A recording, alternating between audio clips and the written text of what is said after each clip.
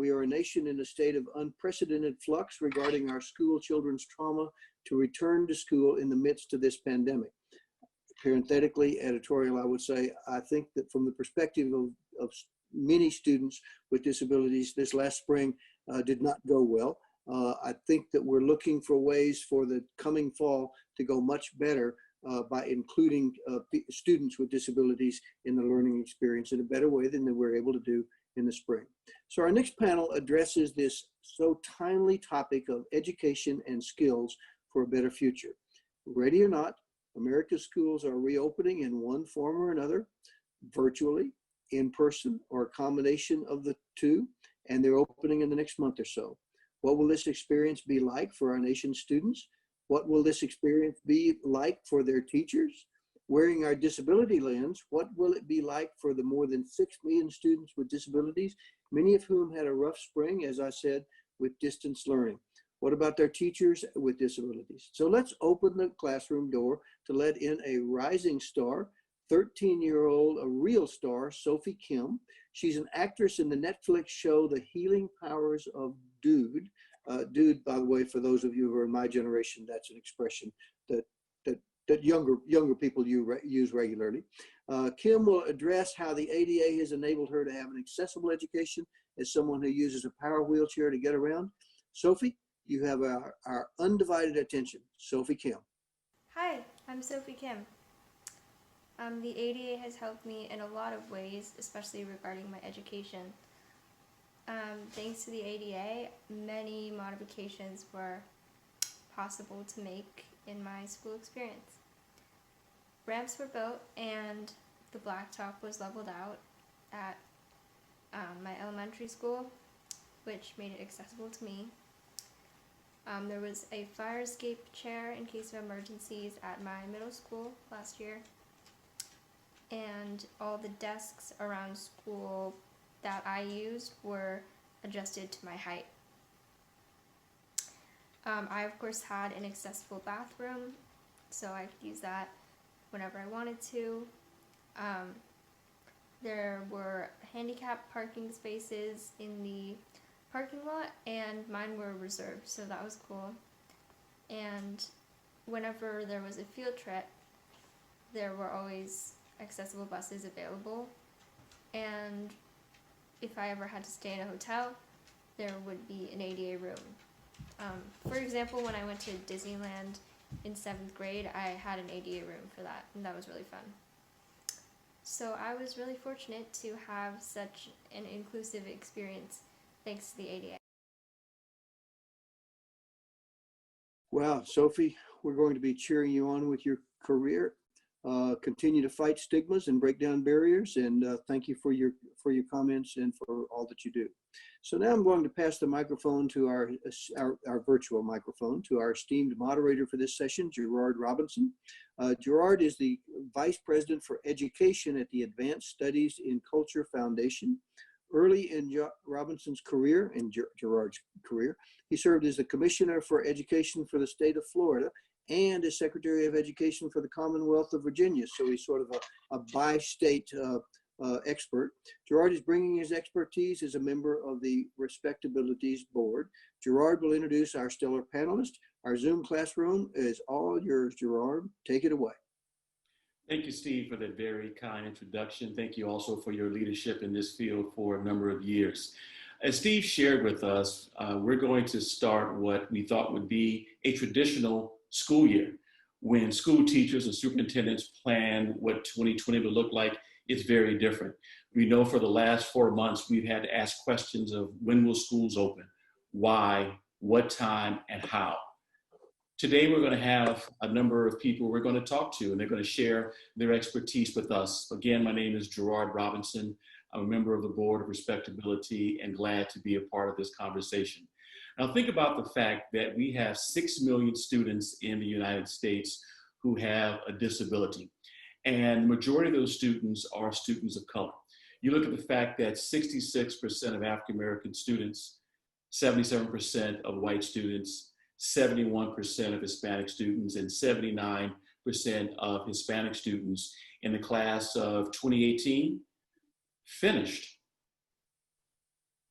Compare that to 85% of their peers in the same class of 2018 who graduated. And while we've made tremendous gains, thanks to the work of ADA, thanks to the great work of superintendent, school board, and teachers, we've moved that number in the right direction, but we still have room for growth. Now, let's put in perspective exactly what we're talking about today. We have to figure out what education will look like. As has been shared so far by our speakers, we have something called virtual education or distance education. And right now, there have been a lot of mixed views about it. It's been mixed for those students without disabilities. But think about our disability community, the 6 million who need services, who need in-person services, who also need support that virtual education alone cannot fully provide, or if they can, not in the same way. And so as we as a nation grapple with how do we have more than 55 million students in our traditional public school system and those in the private school sectors and others moving forward, we've got 6 million students at minimum that we need to work with to figure out how to make this happen. And I've had a chance to see this in a few different ways. As Steve said, I've had a chance to work in leadership roles in both Florida and in Virginia, and began my career as a 5th grade school teacher in Los Angeles.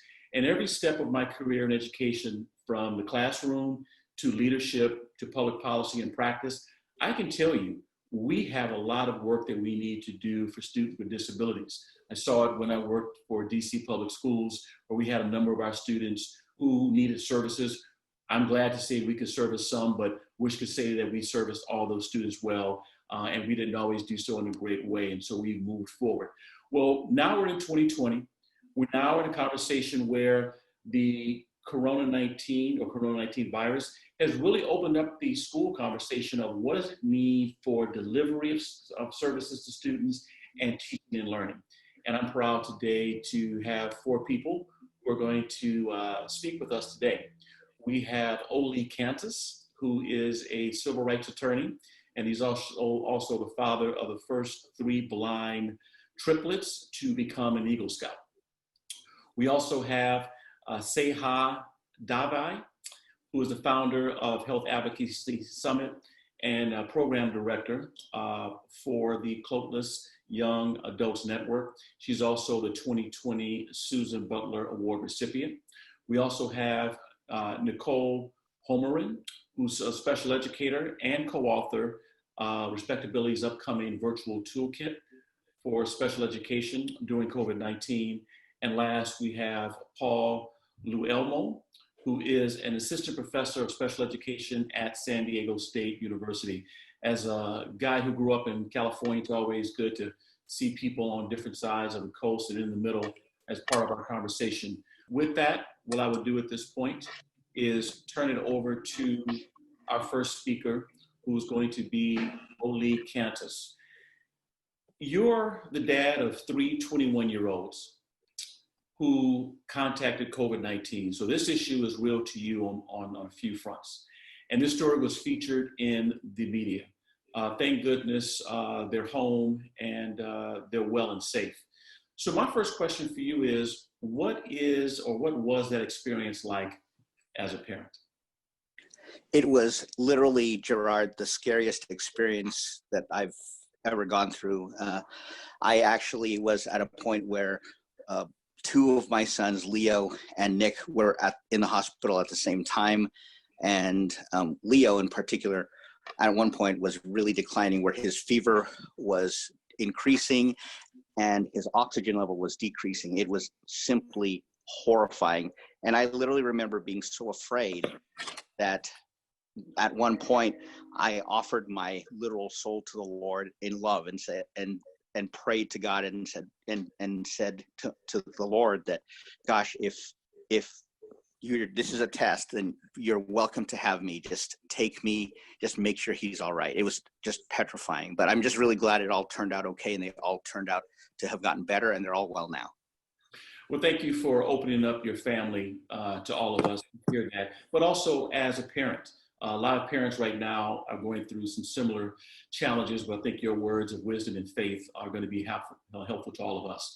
So thinking back to when your sons were in the K-12 education setting, what are your thoughts about the pros and the cons of virtual learning for students with disabilities? Well, there are a number of different considerations, especially considering students have all sorts of disabilities, including those that are visible and as well as those that are invisible. In our case, we're blind, and the pros to having an online education is that provided that the platforms are accessible, it can be a way for them to continue to learn from home, and it actually can be an opportunity for them to leverage the technology that is available to them whenever things work. But the difficulty is if learning platforms are not accessible, then it can bar students who are similarly situated from being able to have the same access to the same information as others, and that poses significant problems. For other people with different disabilities, let's say learning disabilities or intellectual disabilities or psychiatric disabilities, there could be other issues where if they don't function they're not used to functioning in a setting other than in a classroom, or if interaction with other students and with teachers in person is where they thrive best, then this is really difficult as well, because all of us have no choice but to remain home. And to the extent that there aren't services that are available to assist those students and those families, then that can be also a difficult situation too. And so there are a lot of things that need to be put into place to be of support to students and their families, and the situation varies based on whatever the disability is that the student possesses. No, and thank you for differentiating the fact that there are multiple disabilities. We'll often use the term and think that there's one or two, but there are many, as you know. You've shared some wonderful information with us as a dad, as a parent, as someone who had children in the K-12 setting. You're also an attorney. And so what I'd like for you to do, keeping virtual education in mind, what suggestions do you have for parents and other adult caregivers on how to effectively advocate for their students' rights in regards to ADA, IDEA, and 504, given what we have right now with COVID-19 and beyond? Well, Gerard, within a K-12 context, it's important for families to be well aware of what their rights are. And I have already provided our organizers here with the link to the Office of Special Education and Rehabilitative Services information about the various resources that have been put together. And if someone can put that in the chat, that would be great. That would be of direct assistance with sharing what the rights are of students. But the other thing that's important as well is for students with disabilities themselves to be directly involved in advocating for their rights. That means also encouraging and empowering them to speak up for themselves, and families supporting that, because as students grow to adulthood, it is important for them to learn how to be their best advocates. And that literally includes even if they are elementary school age. I had my sons lead their own IEPs from the time I had them, and it really has made a world of difference because they're used to advocating for themselves. And so in addition to that, families themselves should advocate hard and join with advocacy organizations as well that can really help add power to the things that are being done. The other thing is the Office for Civil Rights at the U.S. Department of Education is open for business, and they continue to advocate for, and I mean, they continue to investigate complaints of discrimination. And so I've provided that information as well. So when in looking at the different educational possibilities here, it's just important to be knowledgeable and also to surround ourselves with people who can be effective and strong, and leveraging all of that for the benefit of the kids that are really directly impacted by COVID-19 within an educational setting, and making sure in the spirit of self-determination always to believe in them and to have them speak for themselves, because in the spirit of making sure that we as people with disabilities don't just have people speak for us, they need to also learn that, because as they do and as they learn the different resources as they grow older, that actually helps them in the long run and not just now. I really love your suggestion of students with disabilities becoming advocates themselves. We have a ton of people outside of the disability community who are doing great work one of the things that we're doing here at Respectability. But I'm definitely with you. We need to make sure that those most impacted by it are the ones who are also the greatest advocates.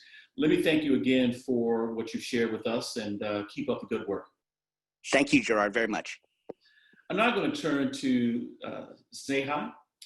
You represent students with a chronic illness, and you just graduated from Indiana University, so let me say congratulations to you. You were also part of a graduating class that had to experience a lot of shifts in how education was delivered to you in the spring semester.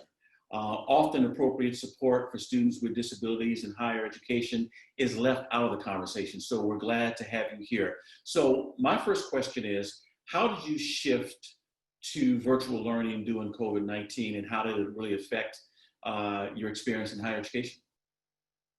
Yeah, thanks for that great question. And I'm so excited to be here and that 300 plus of you guys can join us today. So I just graduated, as mentioned, from Indiana University, and I've lived with a chronic illness since I was 6 years old. So I'm kind of experienced with education, the intersection of education and disability.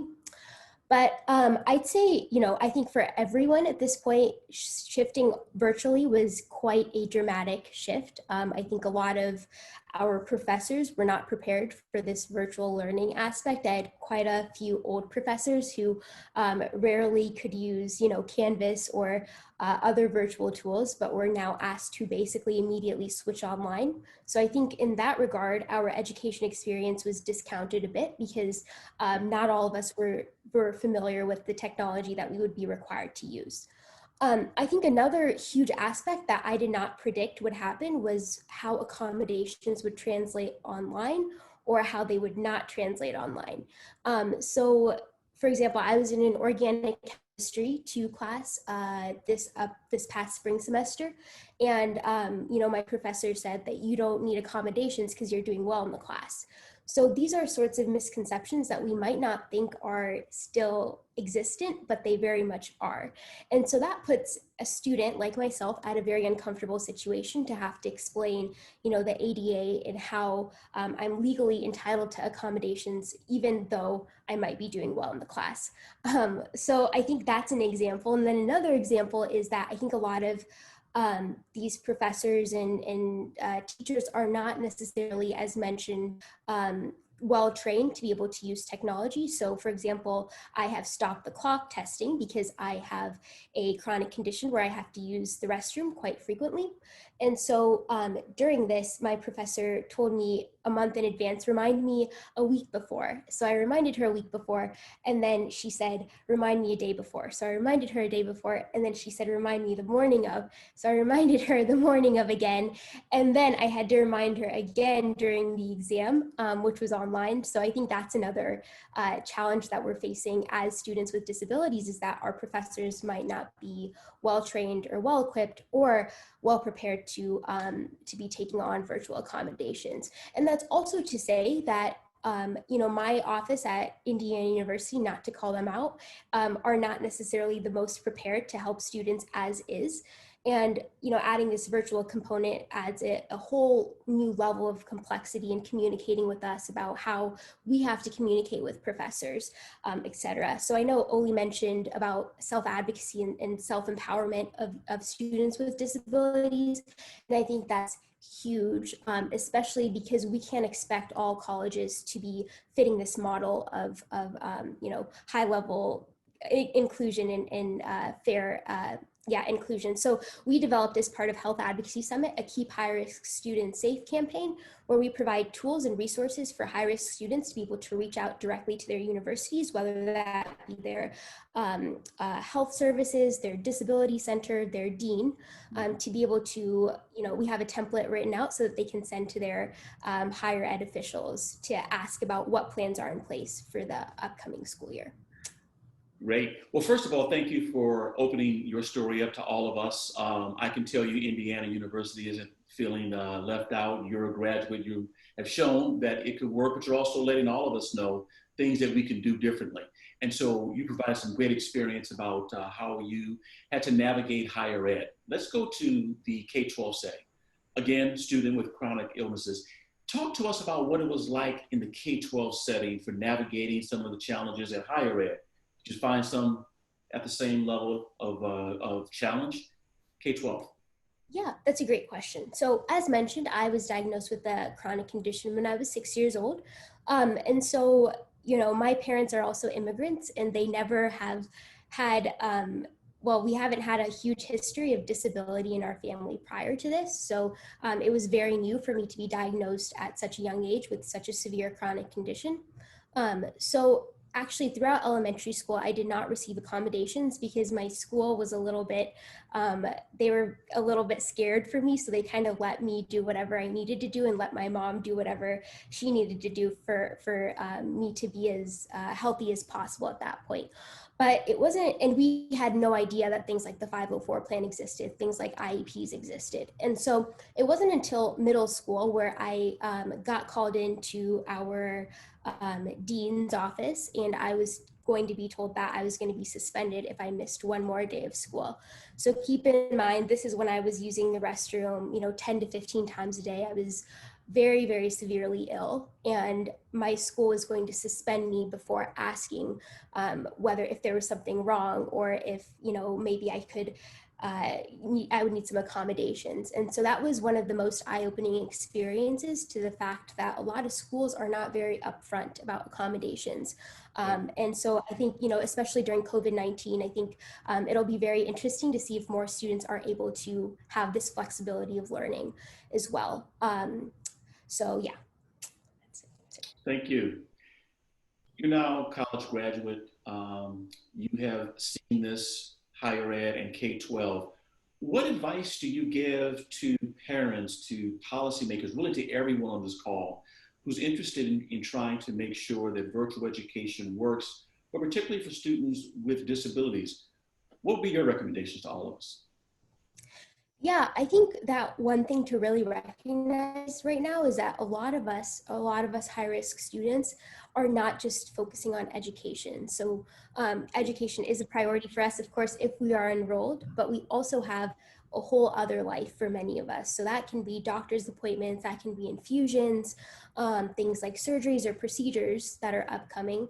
And for a lot of us, for example, in the spring semester, we had to postpone these treatments, we had to postpone these procedures and surgeries. So it was an added stress and an added burden to be, in this global pandemic, but also have a chronic condition where we need ongoing care and we'll need ongoing care most likely for the rest of our lives. And so, I think that's really important to note is that there are a lot of mental health repercussions of the COVID-19 pandemic. And I think I would urge colleges to make mental health services more accessible, increase access to them, because I think that, it's very clear right now that there's, an increase, there's a deterioration of mental health, particularly related to COVID-19, and particularly in the high-risk population, because a lot of times we felt isolated in conversations about this pandemic. So I think that would be one of my greatest, recommendations is to increase access to mental health services, specifically at colleges as well. Well, thank you again for sharing your story with us, your advice. In fact, I'm thinking right now when you said the number of appointments that had to be canceled because of this. I mean, there's some spillover effects in the healthcare industry that we've got to think about. Well, again, thank you for your time, and I look forward to more conversations in the future. We're now going to turn it over to Paul, again, who's a professor. Paul, thank you so much for joining us from the West Coast. Your academic dedication to the field of education and your work in the field, dealing with a nonprofit organization that you support in Southern California is critical. We know from the data that, of the 6 million students with disabilities in the United States, the majority of those students are students of color. And in the graph of student graduation rates and those without disabilities, as we noted earlier verbally, there's a big gap between those with disabilities who finish and those who do not. You're bringing an academic approach to this, and it's always a great thing to hear. So first question for you is, based upon your research and your experience, what are evidence-based practices that families and immigrant families with limited English skills and other challenges, what should we do to help them navigate the special needs, special education system? Thank you for the question, and thank you so much for having me today. Um, I was just reading in the news about how many parents, mostly middle class and upper class parents, are creating these pandemic pots for the school year.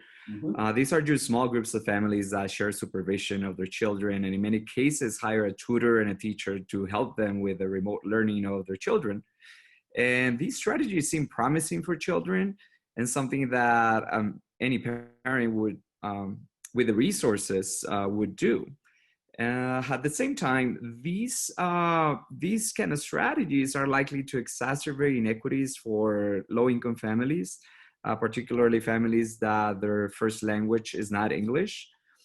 So I'm concerned about that. I'm concerned how we can create the equitable or the environment that is needed for low-income families that are immigrant that might be working essential jobs out there. So in order to make special education equitable, we need schools and districts at the local, state, and national level to provide the necessary tools for all families. Taking this equity lens, we really need to take care of low-income and minority families specifically by providing them with the tools and resources they need to help children in this virtual world. These tools and resources may include, but are not limited to, technology, to parent training on how to use this technology that they might get from the school system, to have access to the internet, and in many cases, additional assistance with things like breakfast and lunch for their kids. And if many families are moving forward with these pandemic pods and we see that they're effective, then this is something that we need to provide as school system to all families, not just those that have the resources, right? You work a great deal with families who are low income, as you mentioned. You work with families who are immigrant families, also families with limited English skills. Are we doing a great job as a system, even before COVID-19? Were we doing a great job to assist them, and now in COVID-19, you see any difference? Unfortunately, you may know this already, but special education has issues of equity across multiple factors that may contribute to the disparities that you see in graduation rates, in disproportionately placement of students of color in special education. This is pre-COVID-19. So after this pandemic, there's a lot of unanswered questions. I am particularly concerned that some of these inequities will grow just larger due to the nature of remote learning. Yeah. So we heard about the importance of having those with disabilities advocate for themselves. We've heard about the role a Department of Education can play in a college. You work a lot with parents, and we know that parents are tremendous stakeholders in what we call education, before school, out of school time, in other words. What can we learn from your research and what you've seen in the field as relates to working with parents to help them as we go through this season of COVID-19? Right, that's a good question. My experience as a special education teacher, as a professor of special education currently, and doing research with immigrant families, particularly Spanish-speaking families, it is very important that schools stayed engaged with them. I heard of districts that lost contact with the families, for example. And this is not okay. This is just going to create and exacerbate the problems and inequities that we already have. So that relationship component of the school district with the parents, with the families, it's so important, especially during this time. And I heard of a school psychologist, for example, that is reaching out more now during this pandemic than before the pandemic. And she's a psychologist that works a lot with low-income families, immigrant families, Spanish-speaking families, who happens to be bilingual in Spanish and English. And she's reaching out more just to touch base with the families on how they're doing. I heard about from this same panel and other professionals that mental health will be so critical, and it is so critical for so many of the families, for so many of the children right now. So yeah. No, continue. Yeah. I just wanted to say that it's alarming if these special education and the services that are in the IEP for many students stop because the schools are going virtual, So I think as school districts, at systems at the local, state, and national level, need to have some sort of continuity in the IEP, in the individualized education program for students with disabilities somehow. And, one thing that this pandemic is doing is to push our boundaries of creativity on how we can do that. At the same time, it doesn't mean that we need to reduce the quality of the services that children receive, but we really need to be careful on have that continuity of services of the IEP, because if we don't, this is going to be very detrimental, and there's going to be a huge backlog and greater gap of students with disabilities, particularly for those students from low-income immigrant families, as I mentioned before. Well, I want to thank you for your scholarship to this subject. I'm married to a university professor, so I know the importance of your contribution to what we do. Thank you for focusing on low-income families, immigrant families, those in limited English speaking, but also, raising the level of parents. They're important stakeholders in this, and they've got to support the teachers, but we've also got to find ways to supporting them. So thank you for your research. We're now going to turn to Nicole, who's also on the West Coast. Nicole is a special education she's a special educator who's now a PhD candidate and a respectability fellow. So we're always good to highlight the great things that our fellows are doing. Nicole, you had a chance to experience virtual learning in a couple of instances, both formally prior to COVID-19 and informally now that we're in this season. And we've seen COVID-19 shut down schools. In your experience, what are the biggest challenges special education teachers face to provide adequate virtual education to our students across the board? Thank you, Gerard, for having me, and thank you, Respectability. I think there's so many challenges we face as special education teachers. Like we've talked about, special education covers a wide variety of different disabilities. So I think that one of the highlights that we've covered today is talking about access. And if Eric could pull up the PowerPoint showing just disparities in race that we had mentioned, there's a huge disparity of access to technology for students from low income or minority families. And also with that, Wi-Fi. So you read the news about a lot of these companies giving free Wi-Fi access, but there's a caveat in that. And the caveat is, when I was on a call with the Senator Harris's team recently for the Special Education Legislative Summit, if some family is renting in a home that already has internet, they don't qualify for that free internet service because the homeowner in general already has services. So I think when you think of access, you have to think about access to what types of technology, but also, do they have consistent Wi-Fi to connect in that way? Like the graph is showing, there's definitely disparities to high school graduation pre-COVID. And, of course, we're just going to have to see where post-COVID goes. So that's a huge challenge just to begin with. But I think also support. I think there's a misconception that special education is often, like we talk about, it's not a place. It's related services and accommodations and modifications like Sneha and Oli have talked about.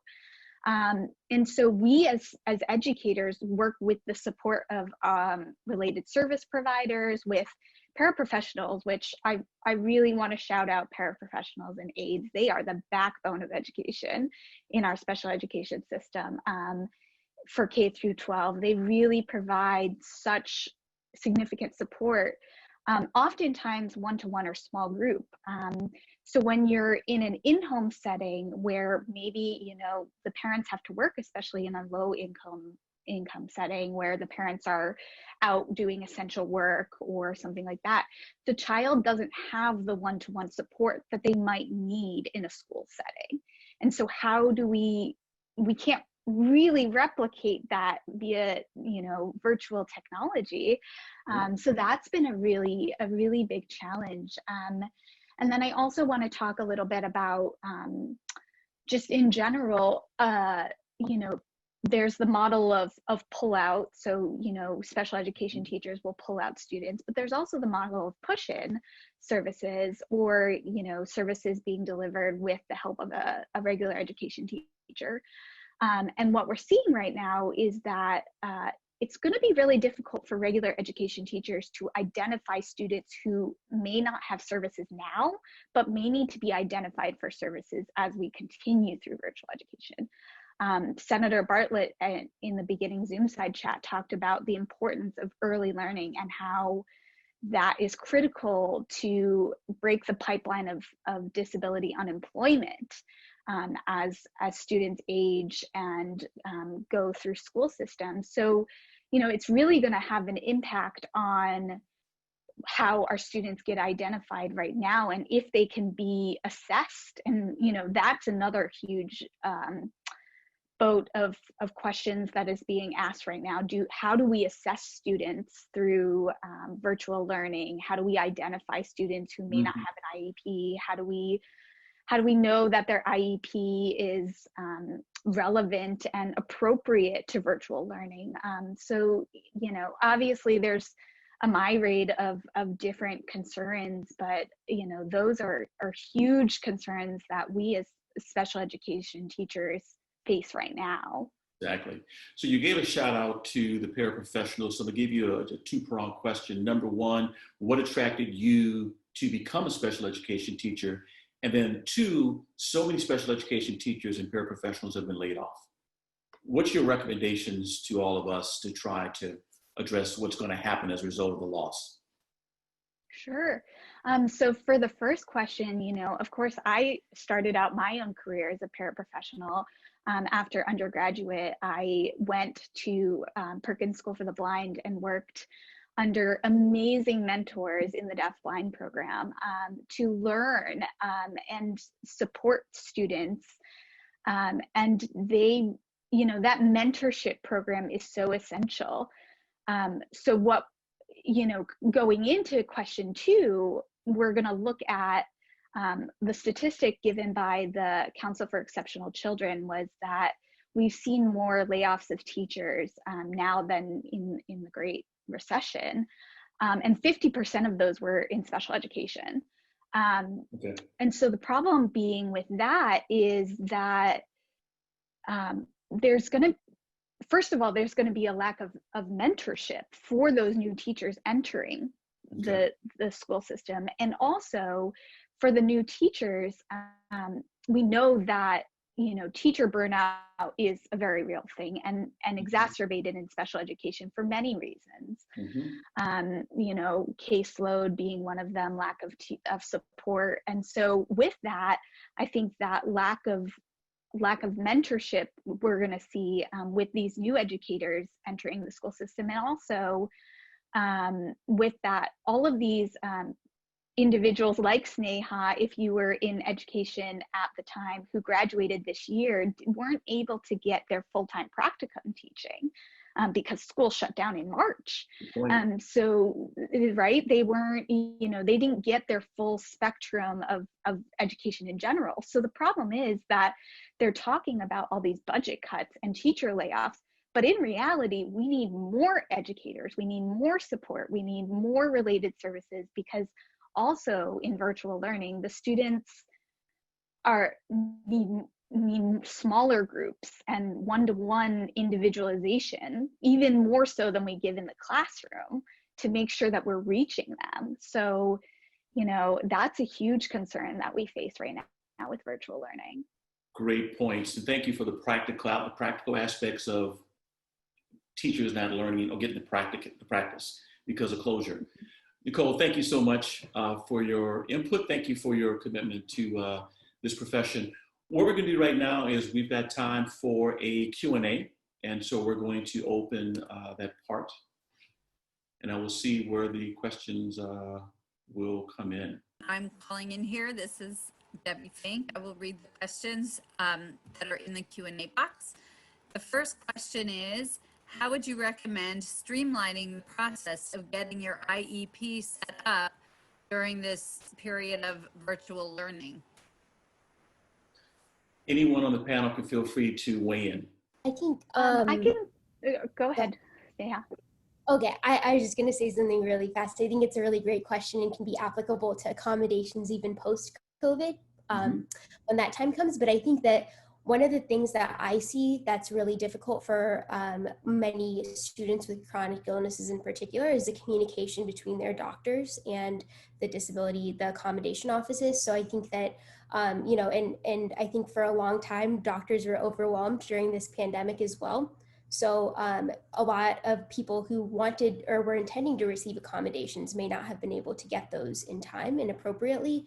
So I think maybe making it easier in terms of letters and the amount of, I guess I should say, bureaucracy that occurs when often having to apply for these sorts of accommodations. I think that could be really critical in not making people have every single documentation, 5 or 6 times and giving that to the disability offices. So I think making that communication a little bit easier between the family, the doctor, and the accommodation office, at least for 504, things like 504 plans would be really easy. Thank you. Others? Hi, Gerard, this is Oli. Sure. Something that is also important to help streamline this is for parents to, let's say in an IEP context, for parents to be aware that any related obligations under IDEA are still in full force. There was an effort at one point by various superintendents and school districts and so forth to ask Secretary DeVos if various provisions could be waived, but she declined that, and she stood with people with disabilities to say, nope, the things that are still required under the law still apply and are still in full force. So that's just important, because just in case school districts say, well, hey, we don't have to comply with IDEA, Section 504, ADA, et cetera, because right now things are just really tough. No, they need to do their level best. They need to do a good faith effort, and they can't simply just write our community off. Not that they do, but if they seem to, that's just not acceptable. Thank you. Thank you. So the next question that we have is from Melanie. And it's, I am concerned about those students at the transition age that may be missing out on vital transition services due to COVID-19. Many may not be able to gain the community skills and experiences that are needed. Is there any long-term planning going on as they move into adulthood? Who would like to address that question?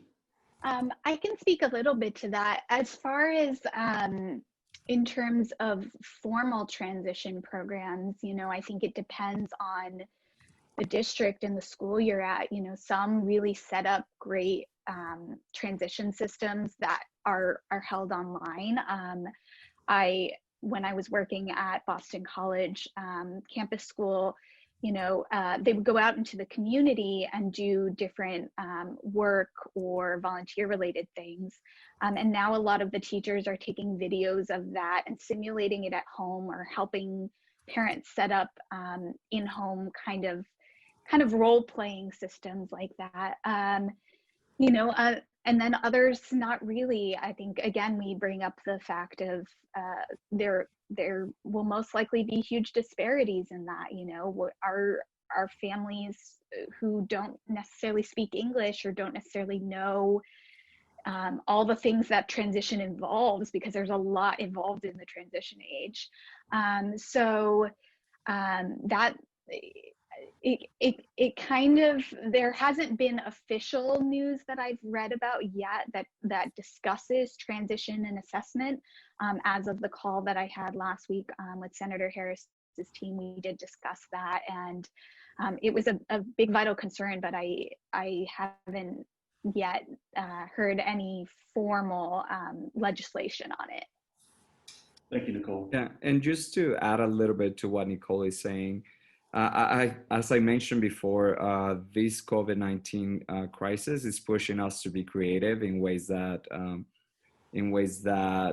ensures that our students continue to get the services and the transition planning that they were planning to receive before. Something that I just want to add is that the communication and the engagement that schools keep with the families and with the students, it's so critical to ensure that these transition plans and assessment plans and whatever is in the IEP, it's so important. So it's also on part of the parent, but also on part of the school district and the schools to keep the parents and the family engaged as we go through this pandemic. And this is Oli, to build upon that, it's important for parents and advocates really to document all of the communications. If ever there's a phone call, or in addition to just email, if ever someone speaks with someone, to always send a confirmatory email saying it is my understanding of this, or if people are unresponsive, to ask for a response. As far as there being formal transition plans, I think that would be under the Rehabilitation Services Administration, and I don't know if, and I can't speak for them, I'm not with them, but if there are any plans, that would be the place to go to look. And the site that I gave earlier should have a direct link to be able to go there, because anything that's new and developing in response to COVID-19, everything is being placed at the link that I gave. Thank you. Thank you. This next question is actually so relevant to something that has been keeping some of us busy at Respectability. So Nicole, this question will be for you. As a parent, I am overwhelmed. I would like to know if you have any knowledge of overall information that highlights virtual education programs or whole homeschool programs that are out there. Yeah, so Respectability has been working on a virtual school toolkit for students with disabilities. And it's in the process, and it'll be published in August. And what it covers is a variety of different sections that are constantly being updated as we learn more. So for some families, you know, your school system really may not provide appropriate services. And for that, there are virtual full homeschool programs that are accredited through different states nationwide.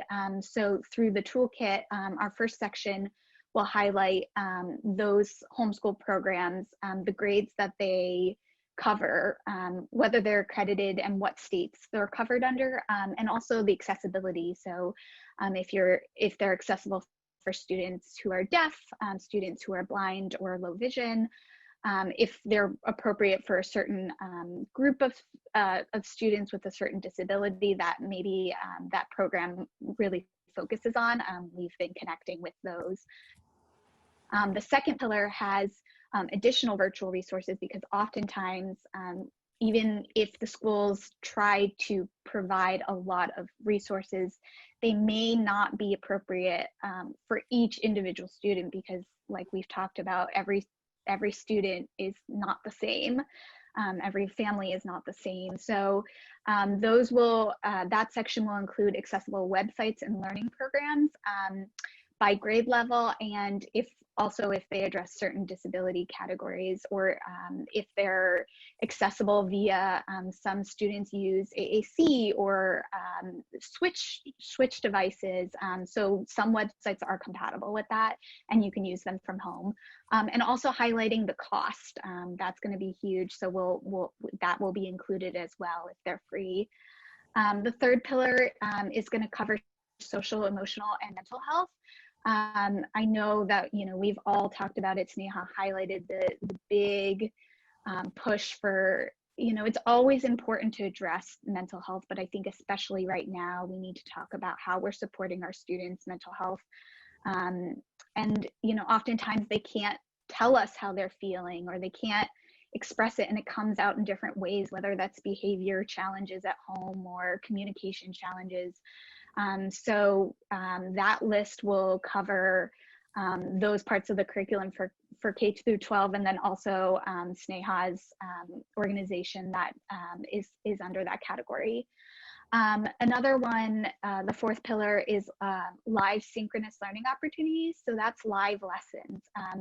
A big thing that was covered in last spring that people talked about not working for their students was that teachers were not required to teach live lessons, which was really difficult for our students. Now, obviously, that was put in place as an emergency system with a lot of union backing to protect special education teachers. But as we move forward, we need to think about how to best support our students. At least in Los Angeles, it's going to be required for the next school years to have live synchronous learning. But some states may not require it. And so for that, we have included some links to live lessons that will be held throughout the fall. And hopefully as we continue to go, we'll identify more. And then the fifth pillar that we'll have under the toolkit is virtual resource guides.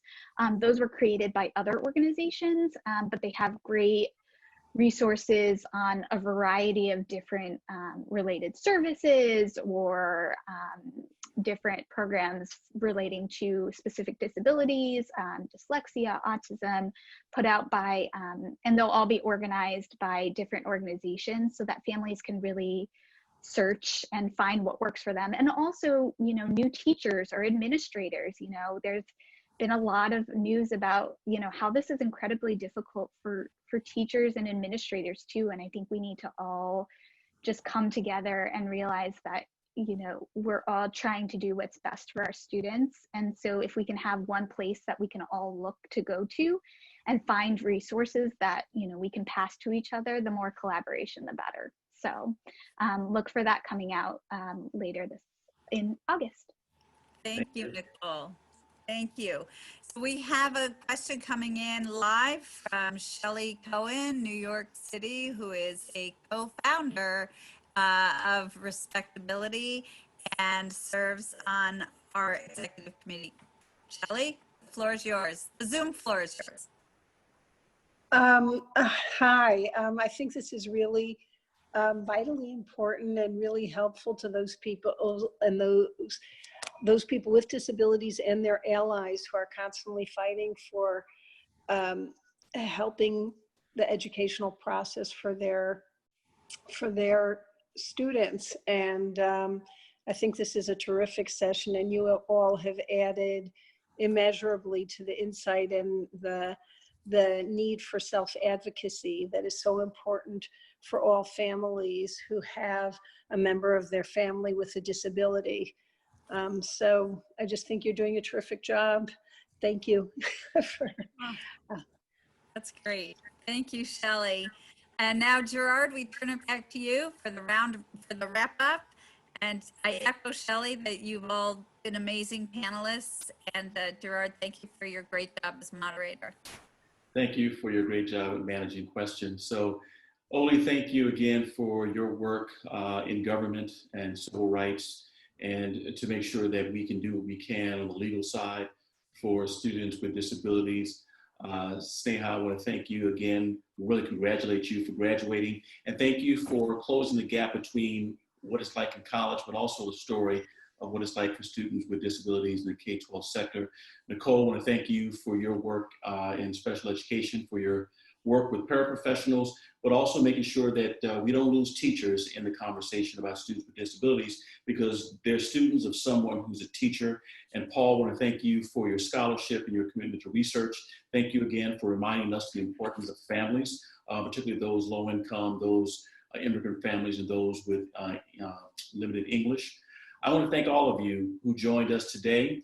This is a challenging time for all of us, but through every challenge comes an idea to be creative. So let's be creative for our students, families, and educators who work with students with disabilities. Thank you. Turn it over to you. We will wrap it up and set the stage for tomorrow. First of all, what an awesome panel. Gerard, thank you for your leadership, both on this panel and on the Respectability Board, but also in the whole area of education. That was awesome. And thank each of you for the panel for your leadership in the classroom and in this whole field. It's quite enlightening. Shelley, thank you for calling in to point out what an awesome panel this is. This is terrific. A real thought-provoking virtual classroom experience, reminding us that every day is a school day, and we'll start the school days again in many school districts about 2 weeks from now. Effective and equitable education are the key criteria as the students advance skills, opportunities, and promote full participation in the community.